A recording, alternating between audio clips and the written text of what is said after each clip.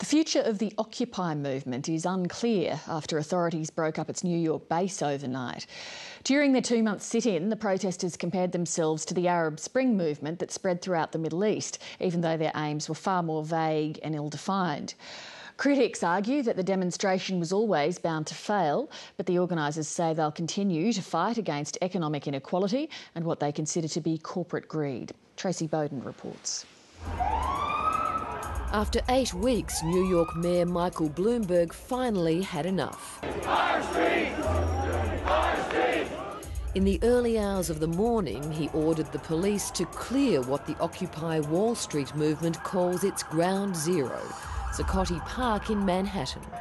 Protesters have had 2 months to occupy the park with tents and sleeping bags.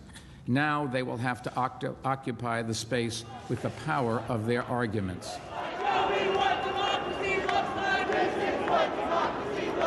More than 200 people were arrested as police surrounded the park and moved the crowd on. It's disorienting, it's demoralizing, it's definitely a blow, but the fact that this movement ignited a national, international movement shows you there's such a hunger and a need and a desire, a timeliness that this is wanted, I think the intervention by the police will be a blessing in disguise for the movement, and I think this will permit the Occupy movement to solve the question of where do we go from here. The movement, which began in New York, has gone global, from Europe to Asia to Australia.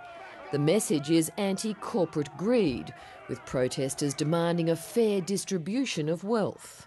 It is a legitimate form of protesting, and there are legitimate, very, very deep issues and concerns that are about concentration of power, both in our democracy, within our finance system, within our ecological choices. I don't think the issues are going to go away. We are not breaking any goddamn laws. But as authorities step in around the world, is the movement on the wane? Only a handful of protesters remain in Sydney's Martin Place. And in Melbourne today, 3 people were arrested as police ordered the group to leave their base in Treasury Gardens.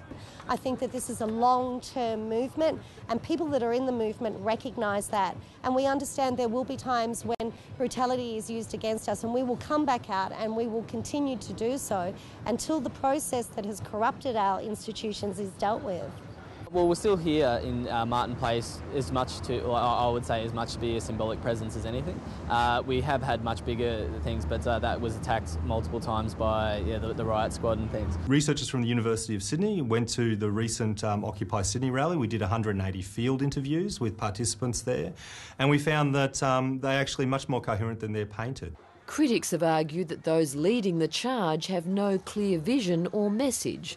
But political researcher CHEN from the University of Sydney disputes that view. These are not cynical, disengaged, inner-city, hair-dyeing kind of student activists. They're much older than that, and they're much more likely to believe that they can affect change. So they have a high sense of political efficacy. They just have a very low sense that real political change can come out of institutional politics, like parties.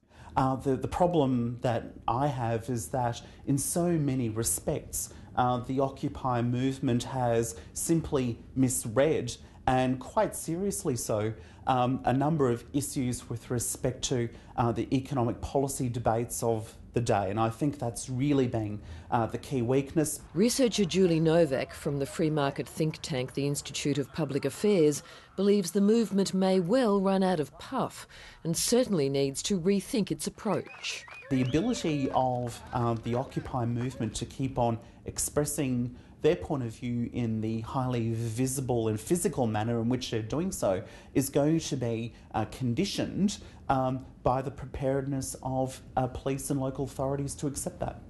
Visiting Canadian Professor of Political Science Jay Smith believes that in America at least the Occupy campaign is far from over. I think one of the fundamental accomplishments of the Occupy movement is that it's changed the conversation, it's changed the channel in terms of discussion in American politics.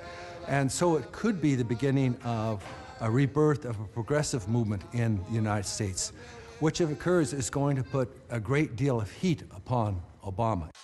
The protesters in New York City have been told they can return to the park after it's been cleaned, but they can no longer sleep there. Now the question is whether the eviction will halt or stall the movement or give it a shot in the arm. Who do you protect? Who do you serve?